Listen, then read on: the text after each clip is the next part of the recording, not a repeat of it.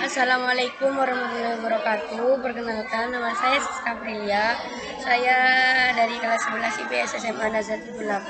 Di sini saya akan berpresentasi tugas makalah sosiologi yang ketiga yang berjudul kearifan lokal, legenda Suro dan Boyo sebagai kearifan lokal di kota Surabaya. Pendahuluan latar belakang.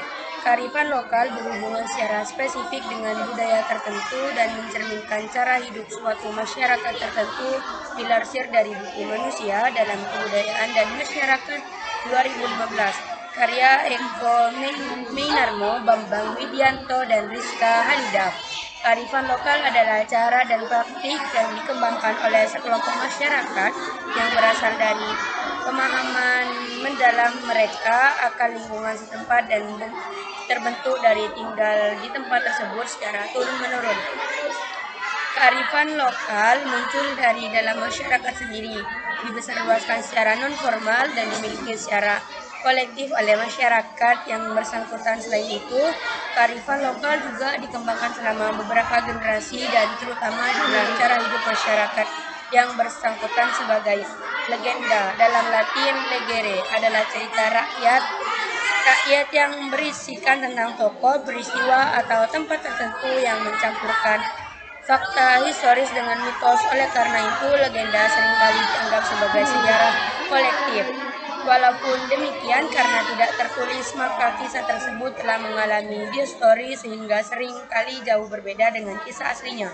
Oleh karena itu, jika legenda hendak tidak digunakan sebagai bahan untuk merekonstruksi sejarah, maka legenda harus dibersihkan terlebih dahulu bagian-bagiannya dari yang mengandung sifat-sifat folklore. Rumusan masalah. Bagaimana legenda Suro dan Boyo? Apakah legenda Suro dan Boyo merupakan kearifan lokal? Tujuan: untuk mengetahui sebagaimana legenda Suro dan Boyo. Kedua, untuk memenuhi tugas ketiga dari makalah sosiologi. Manfaat: dapat mengetahui legenda Suro dan Boyo. Kedua, mendapatkan nilai dari makalah sosiologi. Pembahasan: pada zaman dahulu kala ada seekor buaya yang menguasai sungai Kalimas, dan semua makhluk di sungai takut padanya karena dia mempunyai kekuasaan dan jahat dan bengis. Dia memerintah semua makhluk di sungai untuk memberi persembahan kepadanya, memberi ikan-ikan. Tapi hal ini membuat mereka gelisah, tetapi mereka tidak bisa melawan, mereka hanya bisa pasrah. Suatu hari datanglah seekor hiu ke sungai Kalimas. Hiu itu bernama Sura, tetapi Sura tidak baik, sama juga seperti buaya yang selalu minta persembahan dalam setiap harinya. Dan buaya merasakan ada yang menyuap dalam sungainya. Buaya makin marah dan murka. Akhirnya buaya mendatangi Sura dan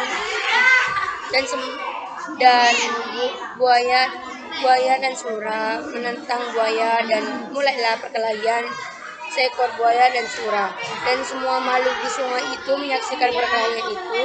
Selama itu perkelahian berlangsung selama 1 minggu, tetapi mereka tidak berhenti bertengkar.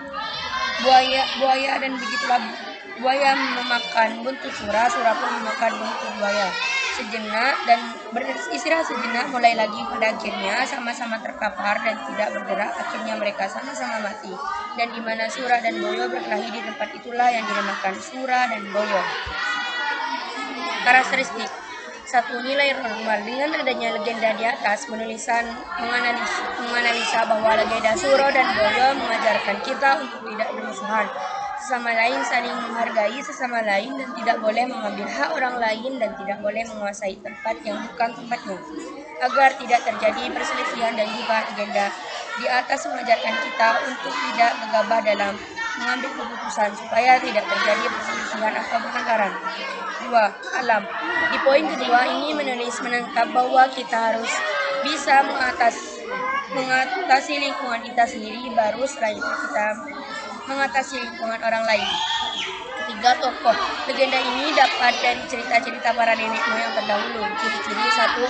Mampu bertahan terhadap budaya luar. Seiring berjalannya dan bertambahnya cerita-cerita atau legenda terbaru, tidak dapat mengikiskan keberadaan legenda Suro dan Boyo. Legenda Suro dan Boyo hingga saat ini dapat diketahui oleh khalayak umum. Kedua,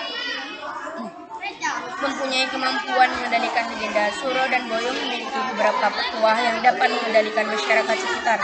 Ketiga, mampu memberikan arah pada perkembangan budaya.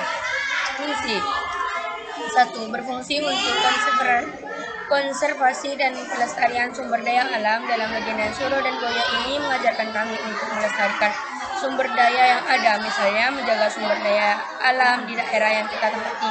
2. Berfungsi untuk membangun sumber daya manusia. Di dalam legenda Suro dan Boyo ini terdapat beberapa petua yang berfungsi dalam perkembangan sumber daya manusia.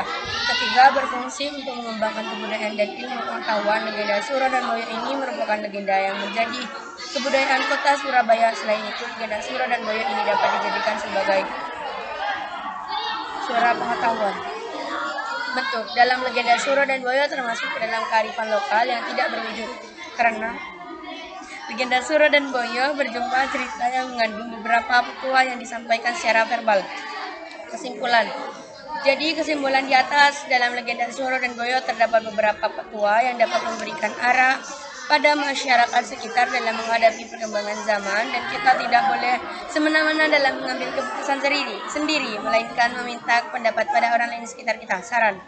Dalam makalah-makalah tentunya masih banyak yang harus diperbaiki. Kita perlu banyak sharing untuk memperbaiki karya-karya kita selanjutnya. Oleh karena itu, membuka pintu selebar-lebarnya untuk menerima kritik dan saran yang mengembangkan bagi kami. Sekian video dari saya, semoga bermanfaat. Kurang lebihnya mohon maaf. Wassalamualaikum warahmatullahi wabarakatuh.